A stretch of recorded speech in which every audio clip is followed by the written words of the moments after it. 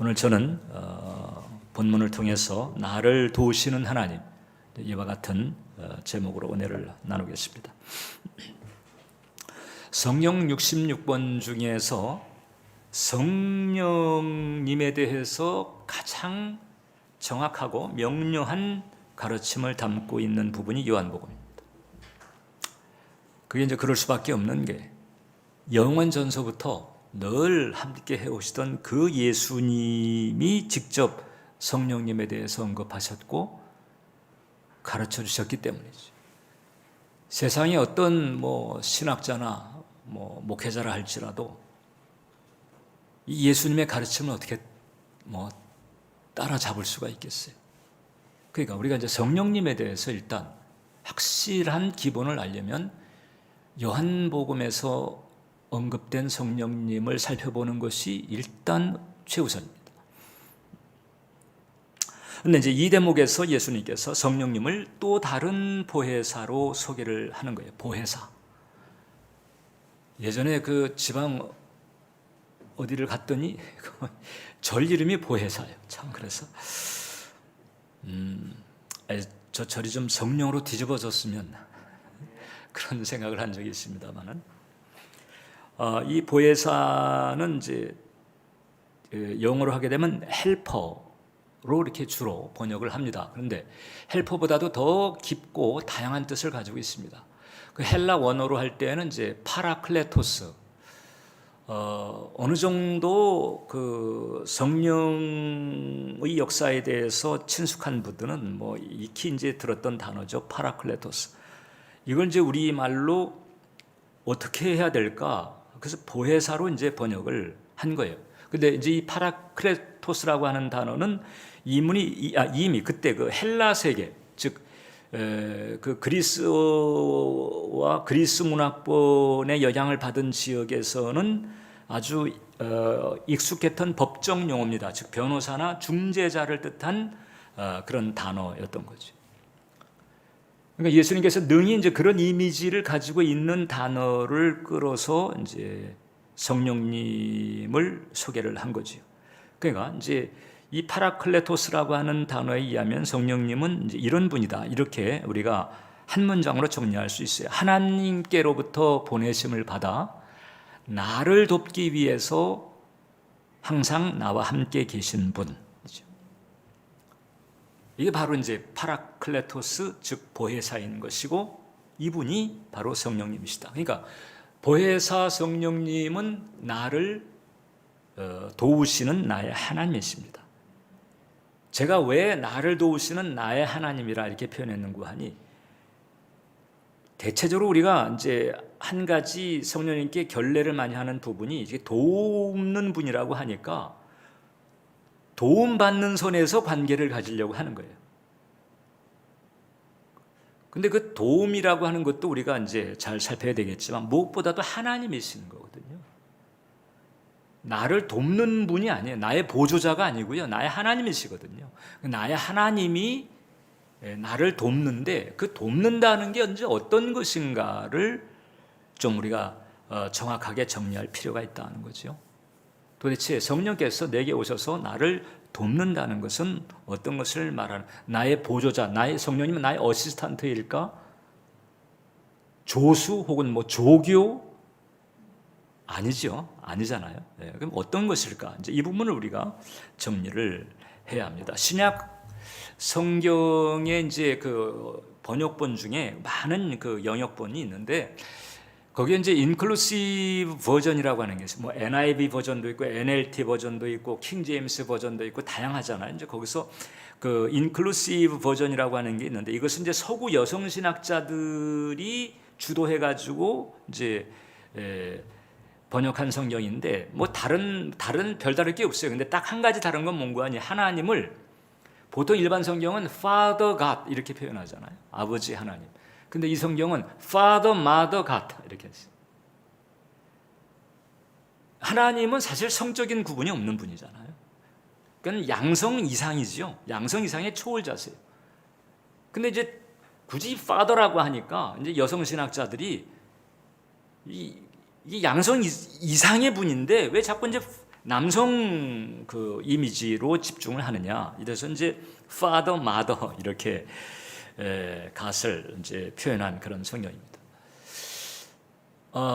이제 보수적인 입장에서 본다면은 이제 좀 조심스러운 부분이 있죠.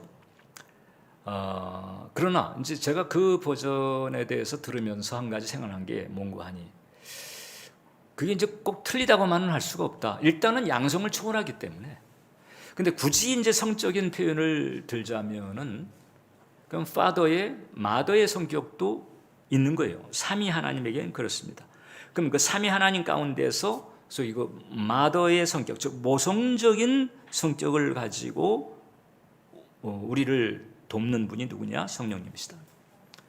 성부 하나님이 계시고 성자 예수님이 계시고 성령 하나님이 계신데, 그 성령 하나님이 바로 모성성을 가지고 마치 어미가 육아하듯이 끈기를 가지고 우리를 잘 성장하도록 돕는 역할을 한다는 거죠. 그러니까 이제 우리가 보혜사 혹은 돕는 분 할 때 그 돕는다라고 하는 것은 조교 혹은 조수, 무슨 비서, 무슨 청부 해결사 아닙니다. 하나님이신데 마치 아기 입장에서는 육아해주는 엄마와 같이 돕는다는 거예요. 그거예요. 근데 이 성령님에 대해서 이제 처음 하신 그 상황이 최후의 만찬 석상이거든요. 이제 십자가, 부활, 승천, 뭐 이제 어마어마한 사건이 벌어질 참입니다. 그러니까 예수님께서 이제 내가 어디론가 가야 돼. 너희가 따라올 수 없는 길이야. 뭐 이렇게 얘기를 하게 되니까 이제 제자들이 마음속에 염려가 생기죠. 아니, 어딜 가신다는 건가? 그때 첫 번째 예수님께서 이제 염려하지 말라라고 하는 대목을 강조하시면서 그때 이제 성령님을 소개하신 거예요. 지금 제자들은요, 예수님 만날 때 사실상 이제 얘네들이 추구했던 것은 이사야가 암시했던 천년왕국, 혹은 또 모세가 이미 역사적으로 이루었던 그 소위 출애굽과 그 이제 자유와 해방이잖아요. 그리고 가나안 정복, 이제 이런 것을 예수님에게 사실 기대를 한 부분이 있었어요. 그렇지만 어떻든 그래도 여러 사람들 가운데서 얘네들은 재산, 직업, 부모, 형제 다 접고 예수님을 따라다닌 거거든요. 근데 이제 예수님께서 떠나신다고 그러니까 이게 무슨 말씀인가? 그 이제 수색이 가득한 상황인데, 그때 예수님께서 염려하지 말아라. 염려하지 말아라. 다 대책을 내가 세웠다는 거지. 그 대책이 바로 뭔가 하니, 당신과 똑같은 일을 하시는 성령께서 오시는 것. 그러니까 너희는 전혀 염려할 것이 없다는 것. 오히려 내가 떠나가는 것이 너에게 유익이다 하실 정도로 말씀하시는 거예요. 그래서 이제 예수님의 십자가로부터 시작된 신약시대라고 하는 것은 예수님이 승천하시고 떠나셨어도, 그러나 예수님과 똑같은 마음을 가지고 똑같은 능력과 똑같은 사랑, 똑같은 목적을 가지고 똑같은 일을 하시는 성령께서 오셔서 예수님을 대신해서 그냥 예수님의 자리에서 예수님처럼 일하시는 시대, 이게 바로 신약시대인 거예요. 그러니까 이제 예수님께서 올라가셨어도 이제 성령 안에서 그리스도의 보혈로 죄인을 용서하고 능력으로 성화시키는 일은 여전합니다. 그리스도의 이름으로 귀신을 쫓아내고 또 병을 고치시고, 그리스도의 이름으로 은총과 복을 받게 하시고, 그리스도 안에서 영원한 생명을 얻게 하는 이런 사역은 이제 성령 안에서 예수님이 하신 것처럼 똑같이 일어난다고 하는 거지. 그렇기 때문에 비록 우리가 이제 그 육신의 예수님, 이 땅에 성육신 하신 그 예수님을 직접 보지 못하고 만나지 못했다 할지라도, 이제 우리가 성령 하나님에 대한 신뢰를 가지고 우리가 인생을 살아가면서 겪게 되는 그 모든 염려, 근심, 불안, 초조 혹은 걱정, 질병, 허무, 고통, 이런 모든 문제를 가지고 주님 앞에 나오게 되면, 주님은 성령을 통해서 공생애 때 하시는 것과 똑같이 우리를 만나주시고 우리의 문제를 다루어 주시고 우리의 문제를 해결해 주시고 우리를 회복시켜 주시는 은혜를 베풀어 주시는 줄 믿습니다. 이게 바로 성령을 통해서 이게 일어나는 일인 거예요. 그래서 이 성령께서는 이제 예수님 승천 이후에 이 땅에 오셔서 한 영혼 한 영혼 주께서 택정하신 그런 영혼을 만나 주시고 거듭나게 하시고 영적으로 자라게 하시고 또 영적으로 철들어가게 하는 전체 과정을 마치 엄마가 육아하듯이 끈기 있게 사랑을 가지고 포기하지 않고 그렇게 하는 거예요. 육아 스트레스가 많잖아요, 사실. 육아하다가 우울증 걸리는 사람들도 많이 있고. 근데 성령님은 뭐 우울증 걸리실 분도 아니고 이게 지쳐서 나가 떨어질 분도 아니고 끈질기게 줄기차게 아가페 사랑을 가지고 애기 챙기듯 우리를 챙기는 거. 이게 바로 이제 성령께서 나를 도우신다는 뜻이죠. 그래서 이제 한 그 영혼의 그 영적인 여정을 주관하시는데 이제 이 두 번째 태어남의 과정서부터 성령께서 역사하시는 거예요. 지난주에도 우리가 살폈지만 물과 성령으로 사람이 이제 그 거듭나는 거잖아요. 거듭나게 되면 그 거듭난 사람의 가치관과 세계관이 변한다고 그랬습니다. 그럼 이제 그 거듭난 사람의 가치관과 세계관의 기준은 그럼 어디에 있을까? 거듭나지 않았을 때는 세상 풍조에 있었는데 그 세상 풍조, 그 사도 바울이 표현한 거잖아요. 그 세상 풍. 근데 거듭난 영혼은 하나님 나라의 그 기준이 있는 거죠. 하나님 나라. 지금 존재하는 하나님 나라인데 우리가 사는 이 물리적인 세계조차도 이제 장차 임하게 될 그 하나님 나라가 있는 거죠. 장차 임할 그 하나님 나라, 지금 하늘에 존재하지만 또 장차 임할 그 하나님 나라, 그 하나님 나라의 기준, 이것이 바로 이제 거듭난 사람의 가치관과 세계관의 기준이 됩니다. 그래서 거듭난 사람은 하나님 나라에 대한 믿음 그리고 하나님 나라에 대한 소망으로 살아갑니다. 이제 그래서 온전히 거듭난 사람, 제대로 거듭난 사람은 현실에 의해서 영향을 받는 게 아니고 하나님 나라에 대한 믿음과 소망을 가지고 현실을 다루는 거예요. 하나님 나라의 비전을 가지고 있기 때문에 그래서 늘 희망이 있습니다.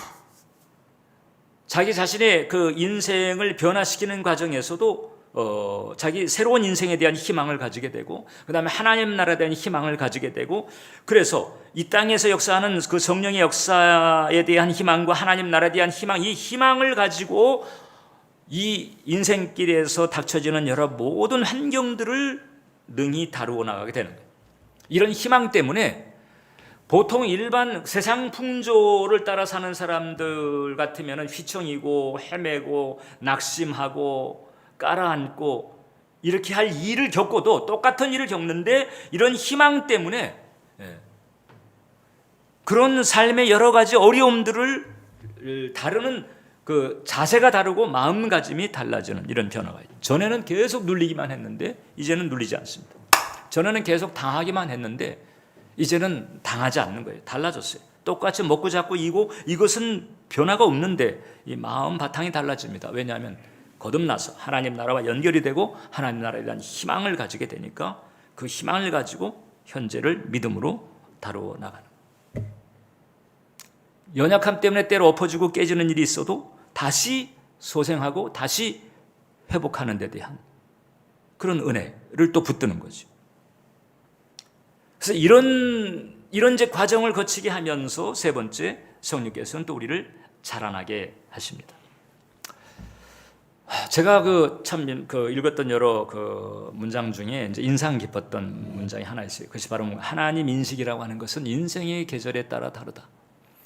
하나님 인식이 인생의 계절에 따라 다르다. 이거 쉽게 말하면 유소년 때의 하나님에 대한 생각, 그 다음에 청년 때 하나님에 대한 생각, 장년, 노년 때 각각 인생의 계절에 따라서 하나님에 대한 생각이 다르죠. 저도 지금 60대 넘어서 돌이켜 보게 되면 예전에 아름답고 애틋하고 순수하고 이런 부분들이 참 귀한데 또 못지않게 참 무안하고 부끄러움을 느끼는 부분들도 많이 있어요. 네. 이제까지 산전수전 겪으면서 이렇게 쭉 이제 지금 여기 온 거잖아요. 근데 지금 여기 서서 돌이켜 봤을 때, 그때 내가 왜 그랬을까? 왜 나는 그때 그렇게밖에 생각하지 못했을까? 이런 일들이 상당히 많아요. 인생의 계절에 따라 하나님 인식이 달라요. 그런데 어떤 경우는 아예 그런 인식조차 충분히 변화되지 못하고 이제 죽는 사람들도 적지가 않다는 거잖아요. 그런데 이 과정에서 성령께서는 우리에게 오셔서 우리로 하여금 하나님의 진리를 깨닫게 하시고 하나님의 사랑을 깨닫게 하시고 하나님에 대해서 좀 더 알아갈 수 있도록, 계속해서 더 알아갈 수 있도록 우리를 인도해 주시는 거예요. 성령께서 그 일을 하지 않으면요, 하나님과 우리 사이는 전혀 진전이 있을 수가 없습니다. 갖은 어떤 포장으로 덮을 수는 있지만 진정한 진전은 있을 수가 없어요. 성령께서 역사하셔야만이 하나님을 더 깊이 알아가게 되고 더 깊이 사랑하게 됩니다. 우리가 이 사랑의 여러 종류가 있다고 그랬잖아요. 아가페가 있고 스토르케가 있고 필리아가 있고 에로스가 있고. 근데 이제 하나님 차원의 그 사랑이라고 하는 게 아가페인데, 이 아가페는요, 이 아가페는 성령 아니면 우리로 하여금 그 아가페의 영역에 들어갈 수가 없습니다. 그럼 성령께서 역사하지 않는 사람은요, 사랑이라고 하는 게 있어도 대체적으로 자기 중심성과 이기심에 바탕한 그런 사랑이죠. 그래서 사랑한다고 하는데, 근데 데이트 폭력하면서 또 사랑한다는 거예요. 근데 죽도록 사랑한다는 거예요. 그건 훼손된 사랑이고 왜곡된 사랑이죠. 이게 이제 인간 수준의 사랑인데, 아가페 수준의 사랑이라고 하는 성령께서 우리에게 부어주시지 않으면 우리가 가질 수가 없는 거지. 그러니까 성령님의 역할이 얼마나 중요한지 모릅니다. 하나님에 대해서 깨달아가는 과정도 마찬가지입니다. 예수님께서 가이사랴 빌립보 지방에 이르렀을 때, 그때 이제 제자들하고 같이 둘러서 있는 상황에서 물었습니다. 사람들이 나를 누구라고 하느냐? 그러니까 제자들이 이제 들었던 얘기들을 하는 거예요. 예레미야 혹은 또 엘리야가 다시 왔다고 하기도 하고, 혹은 뭐 세례 요한의 뭐 재현이라고 하기도 하고, 이제 그렇게 얘기를 합니다. 그때 예수님께서 바로 이제 단도직입적으로 너희는 나를 누구라고 하느냐 딱 물었어요. 그 제자들이 이제 좀 당황하면서 나는 어떻게 생각하고 있었던 거지? 이러고 있을 때 이제 베드로가 답을 합니다. 주는 그리스도시요 살아계신 하나님의 아들입니다. 이렇게 이제 답을 했거든요. 그때 그 답을 한 베드로를 향해서 이제 예수님께서 이렇게 말씀하시는 거예요. 바요나 시몬아, 내가 복이 있도다. 이를 내게 알게 한 이는 혈육이 아니요 하늘에 계신 내 아버지시니라. 좀 더 이제 신학적으로 정확하게 말하자면 하나님의 성령께서 계시적인 은총을 주어서 이 베드로로 하여금 예수님께서 그리스도시고 살아계신 하나님의 아들이라고 하는 사실을 깨닫게 만든 거지. 예수님께서 그걸 아신 거예요. 성령 아니고서는 저 입에서 저 얘기가 나올 수 없다. 사람의 입에서 그런 고백이 나올 수가 없다는 걸 아신 거예요. 그래서 예수님께서 그 말씀을 하신 것입니다. 우리가 오늘 이렇게 모여서 예배를 드릴 수 있는 것도, 우리가 하나님에게 인생을 의탁하게 되는 것도 다 성령의 역사입니다. 성령께서 우리의 의식을 열어주시고 깨우쳐 주셔서 진정으로 기대하고 의지할 분이 바로 그분이라고 하는 사실, 우리가 목숨 이상의 것을 걸어도 아깝지가 않은 분이 바로 그분이라고 하는 사실, 이것을 깨닫게 하시고 의식이 열리게 하셨기 때문에 지금 우리가 이 자리에 있는 거예요. 그런데 여러분, 베드로가 이렇게 예수님의 칭찬을 받는 고백을 했지만은 그래도 아직 갈 길이 멀은 거예요. 아직 십자가도 모르고, 이제 예수님 모른다고 잡아떼는 일이 여전히 이제 남아 있는 거잖아요. 그리고 또 부활을 체험해야 되고, 그 부활 이후에 또 오순절 체험이 있고, 훌륭한 고백을 했지만 아직도 갈 길이 먼 거예요. 우리도 마찬가지입니다.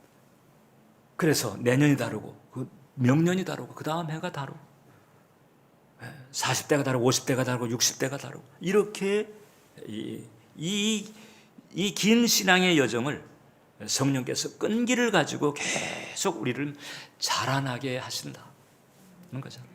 네. 그리고 그다음에 이제 네 번째 또 우리를 철들게 하시는 거예요. 철들게.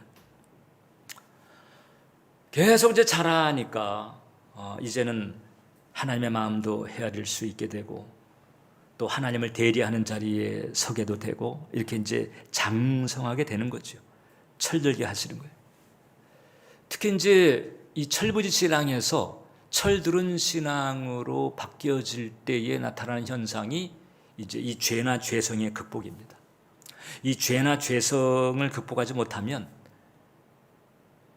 하나님의 자녀라고 하는 명찰을 달았어도 사실 아직 철부지 단계라고 볼 수 있어요. 그런데 이제 죄나 죄성 혹은 인생의 한계, 영적인 이치 이런 것을 깨닫게 되면서 이제 자유한 마음을 가지고 평안한 마음을 가지고 아주 거룩한 신앙으로 하나님을 섬기며 하나님의 주 되심을 살아가는 이런 삶을 성령께서 이제 살아가게 하시는 거거든요.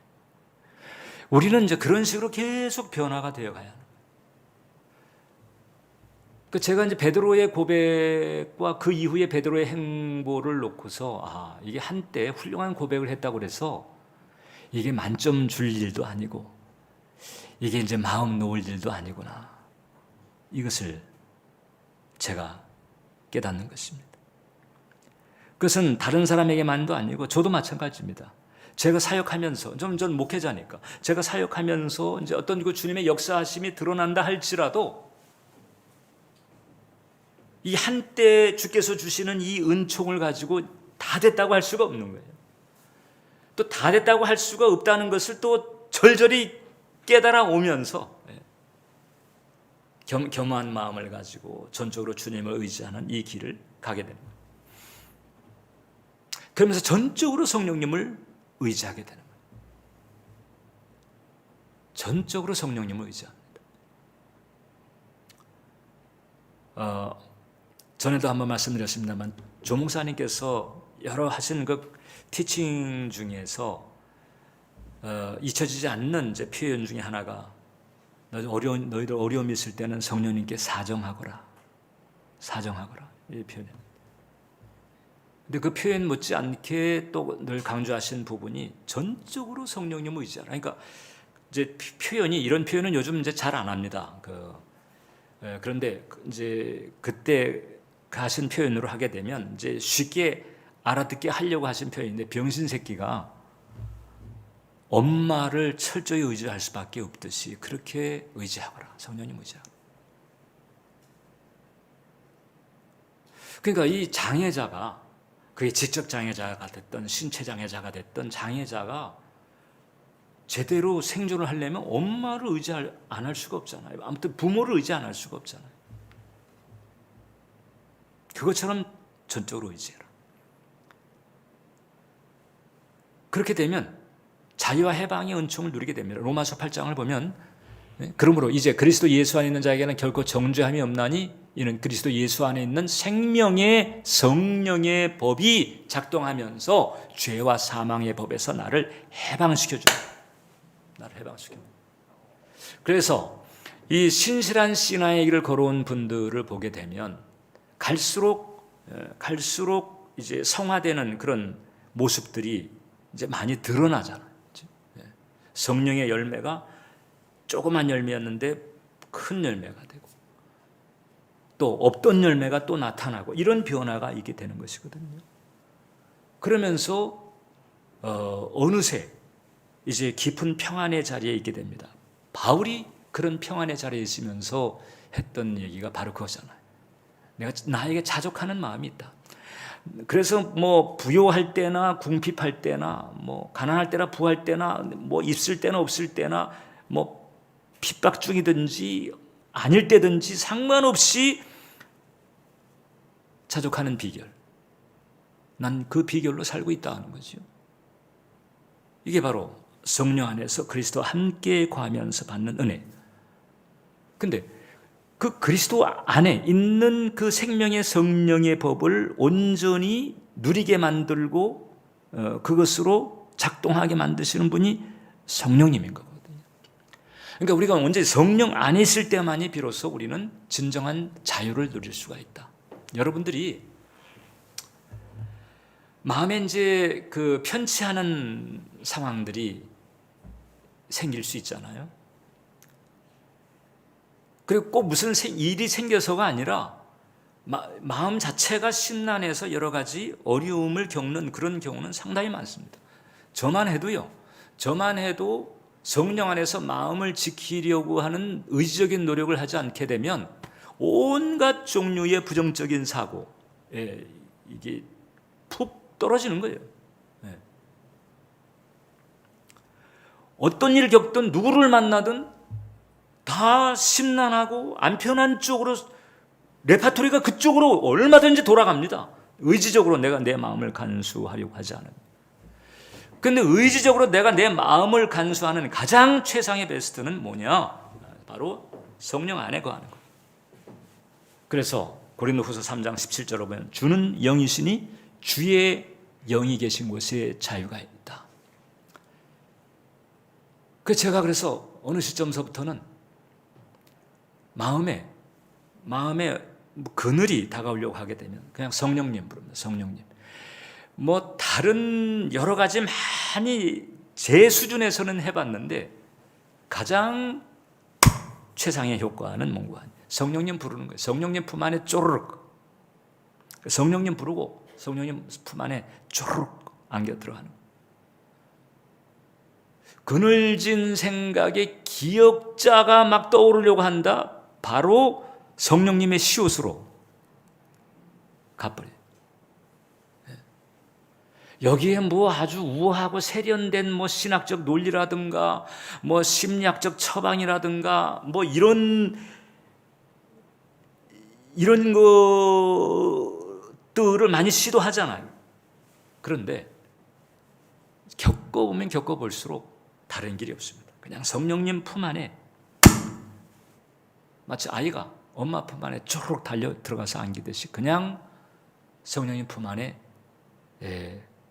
안기는 거죠. 이게 제일 마음과 생각을 지키는 베스트인 거라고 하는 거죠. 그래서 주의 영 성령을 전적으로 의지할 때 그때 우리가 진정한 자유, 평안을 누릴 수가 있다. 그리고 이제 마지막으로 성령께서는 늘 우리를 채워주시는 은총을 우리에게 베풀어 주십니다. 여러분, 이 자동차가 기름을 넣고 가게 되면 어떻든 움직이다 보면 이제 기름이 떨어지잖아요. 그럼 주유를 해야 되잖아요. 마찬가지로 우리의 이 영과 혼과 몸이라고 하는 것이 이 인생길을 살아가면서 그 인생길을 걸어가는 거예요. 그게 무슨 백수라 할지라도 혹은 그냥 누워 잠자고 있다 할지라도 결국은 어떻든 인생길을 걸어가는 거예요. 우리 몸의 칼로리라고 하는 것이 어떤 격렬한 운동을 하지 않아도 기본 일상에서 소요되는 칼로리가 있는 거잖아요. 그런 것처럼 이 인생길 자체가 이 인생길을 걸어가면서 결국 우리 안에 있는 내적 에너지를 쓰게 만드는 것이고, 그게 어떤 생각하는 과정에서 혹은 또 생각을 방어하는 과정에서 마찬가지고요. 혹은 또 사람들과 그 만나는 과정에서 그런 과정에서도 내적 에너지가 들어가는 거죠. 그래서 어떻든 직장을 다니든지 공부를 하든지 뭘 하든지 간에 기본적으로 이 내적 에너지라고 하는 것이 쓰여지는 게 우리 인생이라고 하는 거예요.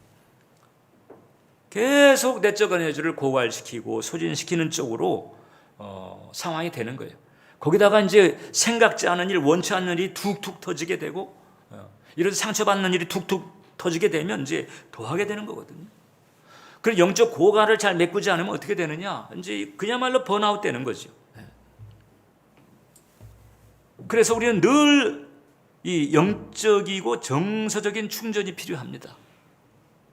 이 내적 에너지를 충전시키는 이런 시간을 가지지 않으면 계속 그냥 헤매면서 사는 것을 벗어날 수가 없죠. 그런데 이 영적이고 정서적인 에너지를 우리에게 공급해 주시는 분이 바로 성령님이시다.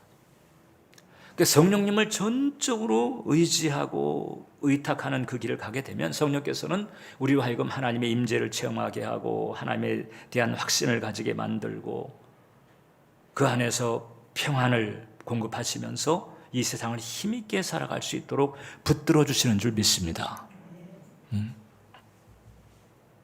그러니까 이렇게 구하면 돼요. 성령님, 주는 영이시니 주의 영이 계신 곳에 자유함이 있다고 그랬으니 제가 주의 영이신 성령님을 전적으로 의탁합니다. 자유함을 주시옵소서. 네. 이런 마음을 가지고 성령님을 의탁하는 거죠.